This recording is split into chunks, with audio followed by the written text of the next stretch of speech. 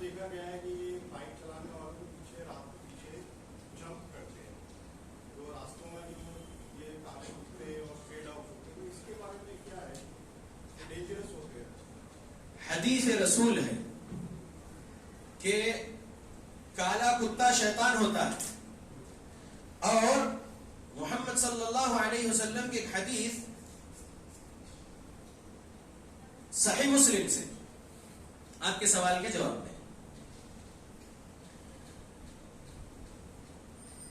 خولة بنت حكيم السليمية تقول سمعت رسول الله صلى الله عليه وسلم يقول من نزل منزلا ثم قال أعوذ بكلمات الله التامات من شر ما خلق لم يضره شيء حتى يرتحل من منزله ذلك. خولة بنت حكيم السليمية رضی اللہ عنہ روایت کرتی ہے، نبی صلی اللہ علیہ وسلم نے فرمایا ہے کہ انہوں نے نبی صلی اللہ علیہ وسلم سے سنا فرماتے ہوئے کہ جو کوئی بندہ جس بھی جگہ جائے وہاں پر اگر وہ بندہ یہ کہہ لیتا ہے اعوذ بکلمات اللہ التامات من شر ما خلق، تو وہ شخص کو اس منزل سے چلے جانے تک کوئی چیز نقصان نہیں پہنچائے گی. یہ حدیث سے سبق کیا ملا اور آپ کے سوال کا جواب کیسے دے رہا ہوں وہ دیکھیے. کالے کتے شیطان ہوتے ہیں، اور اسٹریٹ ڈاگز میں اگر دوسرے رنگ کے بھی کتے اگر بھونک رہے ہیں تو ان کی تو حرکت ہی ہے بھونکنا، اور ضروری نہیں ہے کہ کسی انسان میں جن شیطان رہنے کے وجہ سے وہ کتا ان کے پیچھے بھونکتے ہوئے آ رہا ہو.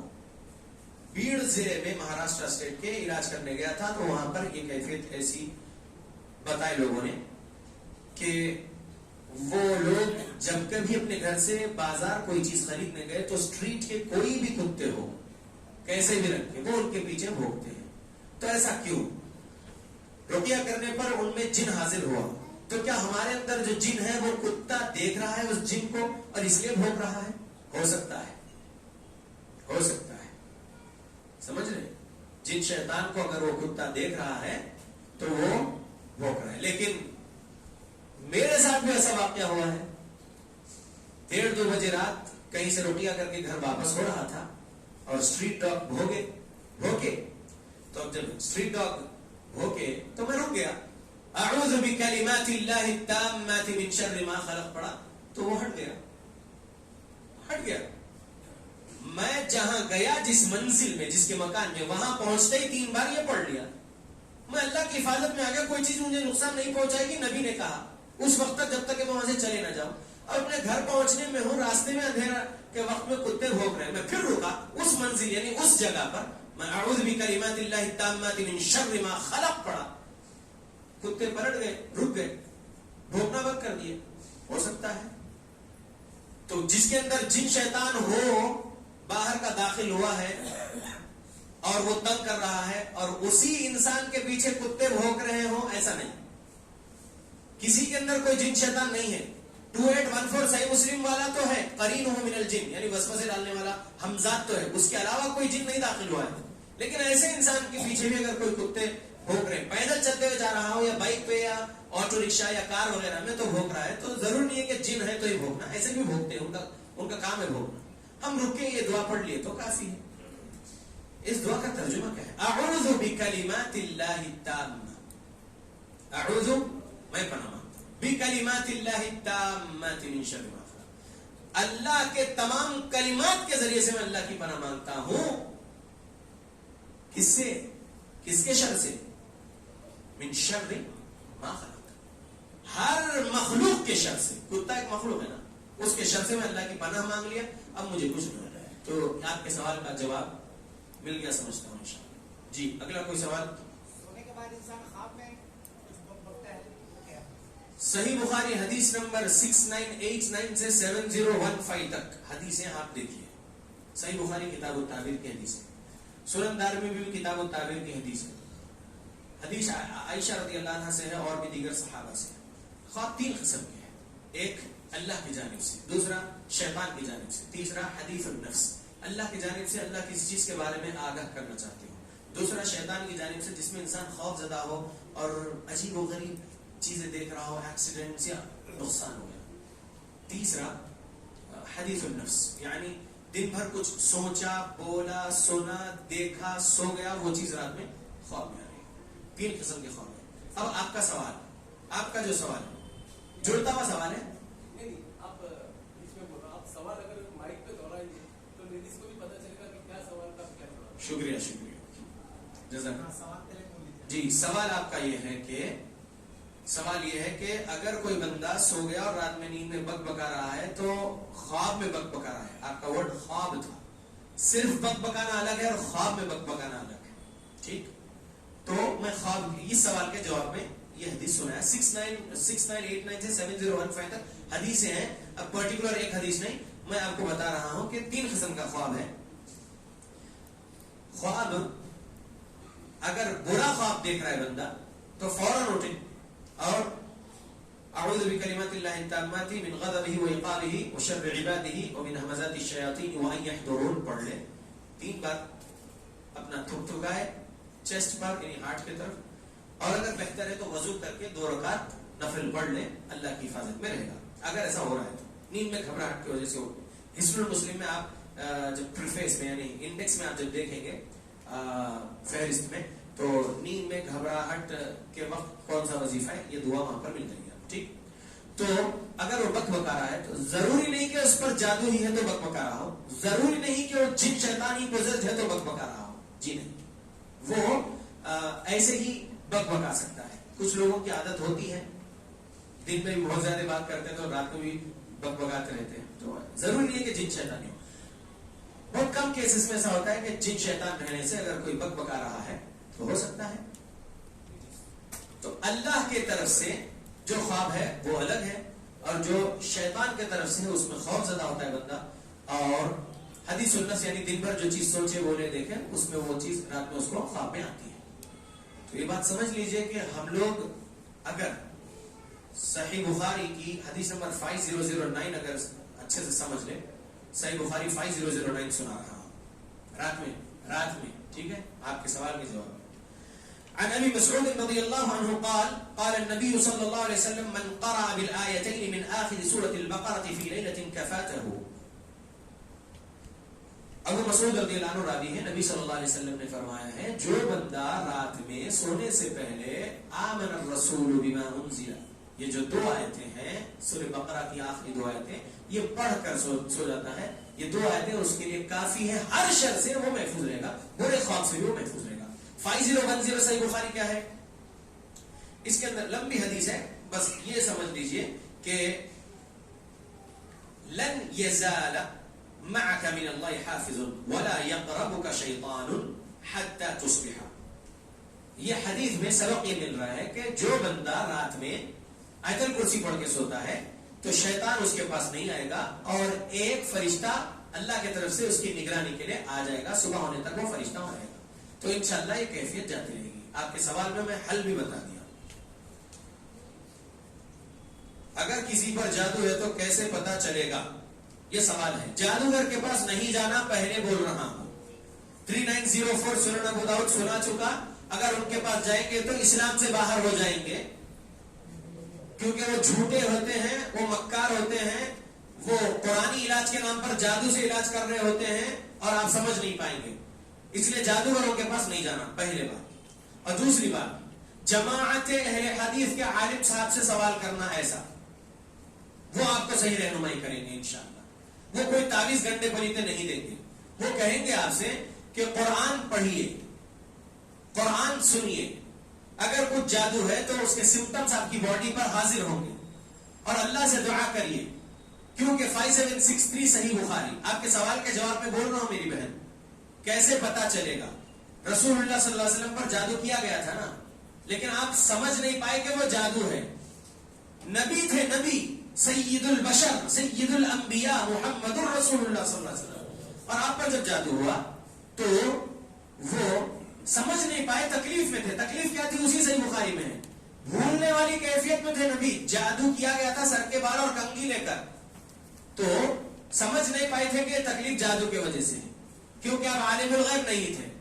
اور جب 2 فرشتے آ کے ایک پیر کے پاس ایک سر کے پاس ٹھہر کے بتائے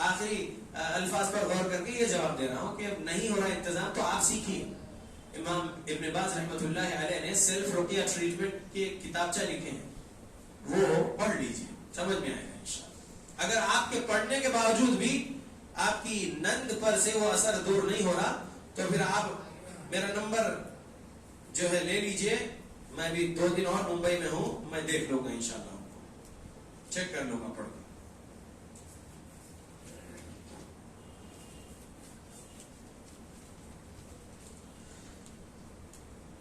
آپ بولے تھے اگر مفتی ہو تو ماں کا نام پوچھتے, معلوم نہیں تھا پہلے بول دیا, اس کے لیے ابھی کیا کر سکتے؟ دیکھیے ابھی کے درس میں اب مفتی تھے, پوچھے مفتی صاحب ماں کا نام بول دیا, ابھی کیا؟ اب استغفر اللہ بولیے. اور سب سے پہلے کیا کریے, آپ یہ حدیث پر غور کریے, من اتا کاہنا او عرافا فسأله عن شيء لم تقبل له صلاة 40 لیلہ. 40 روز کی نماز قبول نہیں کر رہا ہے اللہ.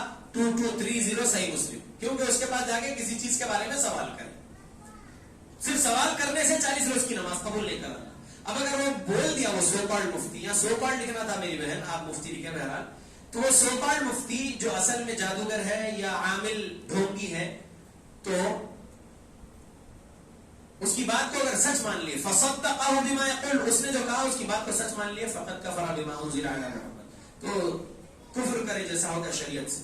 لہذا پہلے بہت زیادہ, پہلے تو لا الہ الا اللہ محمد رسول اللہ کہیے, اشہد ان لا الہ الا اللہ واشہد ان محمد عبدہ ورسولہ کہیے, تجدید ایمان کریے. اس کے بعد بہت زیادہ استغفر اللہ پڑھتے رہیے. اللہ رب العالمین بہت بخشنے والا, بہت رحم کرنے والا ہے, اللہ بخش دے گا. اور ایسے ڈھونگیوں کے پاس جانے سے بچائیے اپنے آپ کو, بچائیے اپنے مسلمانوں کو, اور قرآن و حدیث والے سے ہی جانکاری لو, کیونکہ ہم قرآن و حدیث والے دلائل سے سناتے ہیں. اگلا سوال, میرا سوال ہے کہ میری شادی کو 12 سال ہوئے ہیں. پہلے ہم لوگ بہت خوش رہا کرتے تھے, لیکن اب 1 سال سے ہر وقت اداسی چھائی رہتی ہے. کیا یہ کوئی شیطانی حرکت ہے؟ اور ہم لوگ مستقبل کی رہتی ہے, اور کاروبار بھی پہلے سے بہت کم ہے. چاہیے اگر کسی کا کام نہیں ہو رہا ہے تو اس میں جادو ہوتا ہے یا نظر. ٹھیک ہے, جواب سنیے, کچھ چیزیں جواب سنیے, یہ سوال کا جواب سنیے. جنہوں نے کہا 12 سال ہو گئے شادی کو, جواب یہ ہے وَمَنْ أَعْرَضَ عَنْ ذِكْرِي فَإِنَّ لَهُ مَعِيشَةً ضَنْكًا وَنَحْشُرُهُ يَوْمَ الْقِيَامَةِ أَعْمَى. یہ جواب ہے پہلا, سورہ 20 آیت 124. مسجد کے انتظامیہ سے بولوں گا کہ سوال زیادہ آئے ہیں, کیا 9 بجے عشاء کی اذان ہو سکتی؟ نہیں, سوال زیادہ ہے. 8:45 کی اذان 9 بجے اذان کر سکتے کیا؟ ہو جائے گا؟ بسم اللہ. کوشچن کم کر, جواب مختصر. ٹھیک, تو یہ سوال جو 12 سال والے ہیں, شادیوں کے 12 سال ہوئے اور وغیرہ اپنا مسئلہ سنا ہے, تو پہلے نمبر پہ سورہ 20 آیت 124, وَمَنْ أَعْرَضَ عَنْ ذِكْرِي فَإِنَّ لَهُ مَعِيشَةً ضَنْكًا وَنَحْشُرُهُ يَوْمَ الْقِيَامَةِ أَعْمَى. اللہ رب العالمین نے اس آیت میں جو سبق دیا مختصر میں سمجھا رہا ہوں. آپ اپنے آپ پر غور کریے پہلے, کہ آپ اپنے آپ پر کریے غور, فکر. پہلے نمبر پہ, کیا آپ اللہ کے ذکر سے غفلت اختیار کیے ہوئے ہیں؟ اگر آپ اللہ کے ذکر سے غفلت اختیار کیے ہوئے ہیں تو آپ کی زندگی میں خوشحالی کو رب نے دور کیا ہے, اور آپ کی معیشت کو رب نے تنگ کیا ہے. ضرور نہیں ہے کہ ہر چیز جن شیطان سے ہی ہو, یا جادو سے ہو, یا اثر سے ہو, وغیرہ نہیں. سورہ 20 آیت 124 ہم کو ہر روز یاد رکھنا ہے. ومن, اور جو کوئی بھی شخص اعراض کرے, غفلت اختیار کرے, عن ذکری, رب کے ذکر سے, فإن له معیشة ضنکا, تو وہ اللہ اس شخص کی معیشت کو تنگ کر دے گا, اس کے سورس آف انکم کو, اس کی زندگی کو تنگ کر دے گا اللہ رب العالمین. تو اپنے آپ پر پہلے غور کریے, دوش نہ دیجیے جنات کو اور جادو کو. اگر آپ دیکھ رہے ہیں اپنے آپ پر کہ آپ الحمدللہ نمازوں کی پابندی کر رہے ہیں, ذکر و اذکار کر رہے ہیں, کبیرہ گناہوں سے اپنے آپ کو بچائے ہوئے, صغیرہ گناہ ہم سب سے ہو ہی جاتے ہیں, تو پھر اس کے بعد آپ سمجھ سکتے ہیں کہ ہاں کچھ ہے, کیا یہ کچھ جادو کیا گیا ہے, یا کوئی نظر بندگی ہے, کیا سمجھ سکتے ہیں. تو پھر آپ اہل حدیث عالم سے ملاقات کریے، یا ہم جیسے چھوٹے سے اسٹوڈنٹ سے جو ابھی طفل مکتب ہے، ہم سے ملیے اور ہم سے جو ہے پوچھ لیجئے، تو ہم آپ کو بتا دیں گے کہ آپ ایک کام کریے، سورہ فاتحہ 1 مرتبہ پڑھیے، درود ابراہیم 1 مرتبہ پڑھیے، سورہ فاتحہ 3 مرتبہ پڑھیے، آیت الکرسی 3 مرتبہ پڑھیے، اور سورہ نمبر 6 آیت نمبر 128 129 130 3 مرتبہ پڑھیے، اس کے بعد سورہ نمبر 7 آیت نمبر 117 سے 122 3 مرتبہ پڑھیے، پھر سورہ نمبر 10 آیت نمبر 57 3 مرتبہ پڑھیے، پھر سورہ نمبر 13 آیت نمبر 28 3 مرتبہ پڑھیے، پھر سورہ نمبر 17 آیت نمبر 81 82 3 مرتبہ پڑھیے، پھر سورۃ الحشر آیت نمبر 21 سے 24 تک 3 مرتبہ پڑھیے، پھر سورہ اخلاص، سورہ فلق، سورہ ناس 3 مرتبہ پڑھیے، پھر درود ابراہیم 1 مرتبہ پڑھیے، پھر سورۃ الفاتحہ 1 مرتبہ پڑھیے، پڑھ کے پانی پر دم کر لیجئے، وہ پانی پیتے رہیے، وہی پانی اپنے بستر پہ بھی چھڑک لیجئے، اپنے چاروں کونے میں اپنے کمرے کے جو ہے چھڑکیے، اور ایسا 1 مہینے تک کرتے رہیے۔ کچھ سمجھ میں آتا ہے، اگر کچھ گندی طاعون آنے لگے، اسمیل گندی، یا پھر کچھ سمٹمز اگر آنے لگے تو سمجھنا کہ ہاں کچھ ہے، اس کے بعد پھر ہم آگے کیا کرنا ہے بتائیں گے انشاءاللہ۔ لیکن پہلے نمبر پہ جادو اور نظر بد کی طرف دماغ نہیں جانا، پہلے اپنے اوپر رہنا، اور نظر بد اگر ہے بھی تو یہ بات ذہن میں رکھو کہ جی ہاں نظر بد مجھے اور آپ کو، ہم سب کو لگ سکتی ہے۔ دیکھیے اگر میں 2008 سے 2022 تک آج تک اگر 100 لوگوں کا علاج کیا ہوں ایگزامپل، تو 100 میں سے یہ سمجھ کے چلیے کہ 60 یا 70 نظر بد کے کیسز دیکھ رہا ہوں، بچے ہوئے جن والے کیسز ہیں، جادو والے کیسز ہیں، اور پھر افراد والے ہیں، اور پھر کچھ شک والے ہیں۔ کچھ نہیں رہتا، نہ نظر، نہ جادو، نہ جن، شک کی بنیاد پر اپنے آپ کو گھلانے والے ایسے ہی رہتے ہیں۔ تو یہ سمجھ لیجئے کہ میں جو اس کا حل بتایا ہوں یہ پڑھ کے چیک کریے، انشاءاللہ آسانی ہوگی۔ اور کاروبار کے ایک منٹ بھائی، یہ سوال جواب مکمل کر رہا ہوں۔ اور کیا نام عوذ باللہ من الشیطان الرجیم، ہاں بولیے، کچھ بول رہے ہیں جی جی جی۔ قرآنی تعویذ غیر قرآنی تعویذ پہننا شرک۔ دلیل 17422 مسند احمد، عقبہ بن عامر رضی اللہ عنہ روایت کرتے ہیں، نبی صلی اللہ علیہ وسلم نے فرمایا من علق تمیمۃ فقد اشرک، جس نے تعویذ لٹکایا، تمیمہ ایک ورڈ ہے، اس میں کئی قسم کی، مطلب اگر صرف من کا ہو یا پھر کڑا ہو، تمیمہ میں آتے ہو سب، دھاگا ہو، صرف دھاگا، تعویذ نہیں ہے، صرف ڈوری۔